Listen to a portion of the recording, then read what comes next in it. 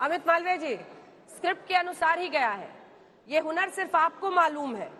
कुछ जगहों पर तो सीटों के दम पर सरकार बना लेते हैं, लेकिन जहां सरकार नहीं भी सीटें नहीं भी रहती है, वहां भी आप सरकार बना लेते हैं।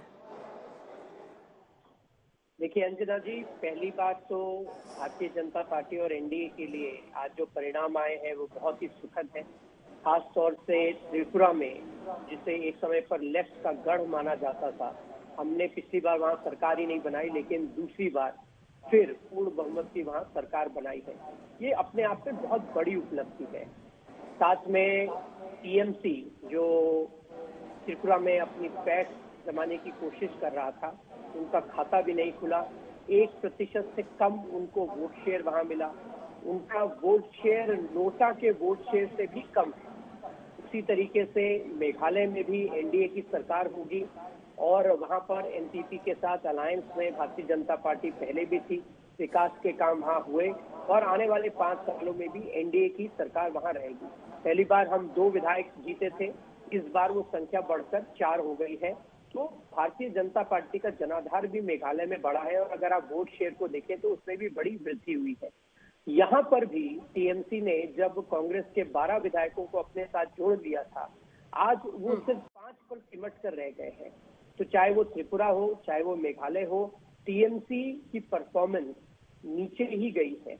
और भारतीय जनता पार्टी की जो जीत नागालैंड में हुई है हमारे अलायंस पार्टनर के साथ, वो बहुत ही महत्वपूर्ण है, क्योंकि नागालैंड मुख्य रूप से एक क्रिश्चियन डोमिनेटेड स्टेट है और ट्राइबल स्टेट है।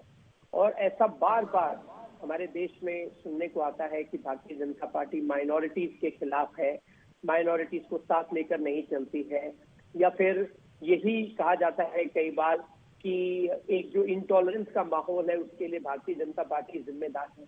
ये जो नागालैंड के परिणाम है, ये इन सभी बातों को जवाब देते हैं कि जिस प्रकार की मिथ्या बातें लोग करते हैं, खासतौर से विपक्ष करता है, उसको जवाब है नागालैंड का, जहां पे भारतीय जनता पार्टी दोबारा इतनी बड़ी संख्या में जीत कर आई है और हमारे अलायंस पार्टनर के साथ हम वहां सरकार बनाने जा रहे हैं। तो कुल मिलाकर दूसरी तरफ जो आपके आ रही हूँ अमित जी, ये जो तस्वीरें आप देख रहे हैं, एक तो रसगुल्ला वहां पर ये ज्यादातर त्रिपुरा की तस्वीरें हैं, दूसरे आप दिल्ली हेडक्वार्टर्स की देख रहे हैं जहां कुछ ही देर में प्रधानमंत्री पहुंचने वाले हैं और माना जा रहा है कि 24 के लिए वो जोश और उत्साह अपने कार्यकर्ताओं में बढ़ाएंगे। शांतनु जी, अब आपके पास आते हुए, क्योंकि आपका सीट, आपका वोट परसेंटेजेस सब अमित मालवीय जी ने बता दिया है, क्योंकि बीजेपी की नजर आप पर भी है। पश्चिम बंगाल से आगे बढ़कर जो पूर्वोत्तर में आप अन्य राज्यों में पहुंचने की कोशिश कर रहे हैं, उसमें वो एक मान रहे हैं कि आप विफल रहे हैं। हालांकि 5 सीटें आपकी मेघालय में साफ आती हुई दिख रही हैं।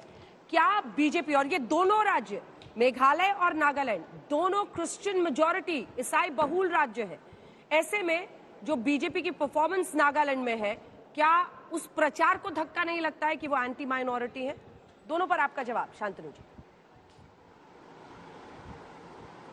देखिए अमित मालवीय जी इसके पहले बंगाल में 2021 में आके चुनाव का पहले बहुत कोशिश किए थे।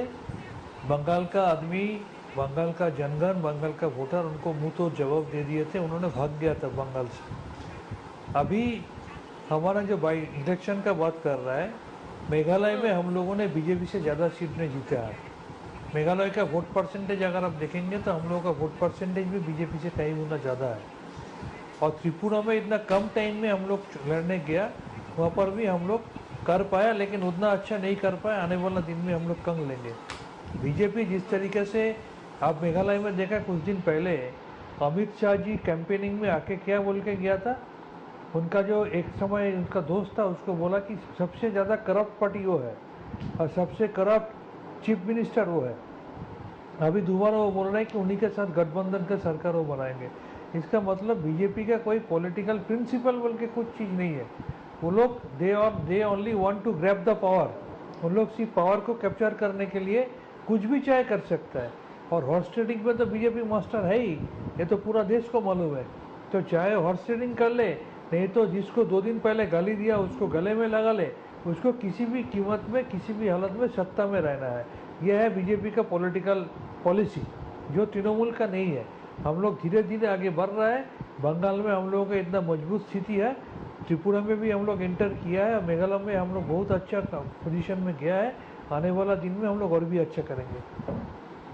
ठीक है, इसका जवाब दीजिए आप अमित मालवीय साहब। जिस शख्स को आप लोग कोस रहे थे सबसे करप्ट है, जेपी नड्डा जी आपके अध्यक्ष कह रहे थे कि हम सरकार में आए तो फौरन जांच करेंगे इनके खिलाफ, अब वही छोटे भाई नजर आ रहे हैं। देखिए, मुझे पहली बात तो ये कहना है कि टीएमसी बंगाल में आज जो बाइपोल का परिणाम आया है सागर दिघी सीट में, वो सीट हार गई है। जिस पार्टी के 213-14 विधायक हो वो बाइपोल चुनाव हार जाए, इससे ही पता चलता है कि पश्चिम बंगाल में जिस प्रकार से स्कैम में इनके शिक्षा मंत्री दोनों जेल में हैं, इनके मुख्यमंत्री के जो नेफ्यू है उन पर कोल स्कैम का शिकंजा कस रहा है। ये जो एमएनआरईजीए को लेकर या प्रधानमंत्री आवास योजना को लेकर जिस प्रकार के भ्रष्टाचार के मामले पूरे बंगाल में गांव-गांव में सामने आ रहे हैं, उसी का परिणाम है कि आज टीएमसी सागर दिघी का बाइपोल हार गई है। तो इनको पहले अपना जो क्षेत्र है जहां इनकी सरकार है उसको बचाने का प्रयास करना चाहिए। दूसरी बात, मेघालय में वोट शेयर टीएमसी का नहीं है, टीएमसी के नाम पर इनके विधायक 12 से 5 हो गए। ये वोट शेयर पुरानी जो कांग्रेस पार्टी था और उसके जो नेता थे उनका वोट शेयर था, और टीएमसी जहां अपने नाम पर लड़ी और सुष्मिता देव को ये राज्यसभा में लेकर आई ये सोच के कि त्रिपुरा का मुख्यमंत्री का चेहरा होंगे वो, उस प्रदेश में 1% से कम वोट शेयर इनको मिला है। नोटा लोगों ने अधिक वोट दिया है और टीएमसी को कम दिया है। मैं इन 3-4 आंकड़ों को आपके दर्शकों के सामने इसलिए रख रहा हूं क्योंकि बड़ी बड़ी डींग भरने वाली ममता बनर्जी को अपना गढ़ बचाने का प्रयास करना चाहिए और उनका परिवार जो अखंड भ्रष्टाचार में डूबा हुआ है उसको कानून की गिरफ्त से बचाने का प्रयास करना चाहिए। कल ही संजय बासु जो अभिषेक बनर्जी के लॉयर हैं और पश्चिम बंगाल के गवर्नमेंट काउंसिल है, उनके घर पर ईडी की रेड पड़ी है। ये वही व्यक्ति हैं जो टीएमसी में जितना हेरफेर होता है या अभिषेक बनर्जी केस में जितना हेरफेर होता है उसके सरगना है। तो ये टीएमसी का चिट्ठा है और टीएमसी अगर अपने आप को बंगाल के बाहर खड़ा करने का प्रयास कर रही थी, चाहे वो गोवा हो इससे पहले या फिर अभी हाल में त्रिपुरा या मेघालय हो, इनको मुंह की खानी पड़ी है। तो अपने गढ़ को संभाले और राष्ट्रीय राजनीति में आने से पहले और अपने दल का कद बढ़ाने से पहले अपनी नीचे जो सरकती जमीन है उसकी चिंता करें। ठीक है, ठीक है।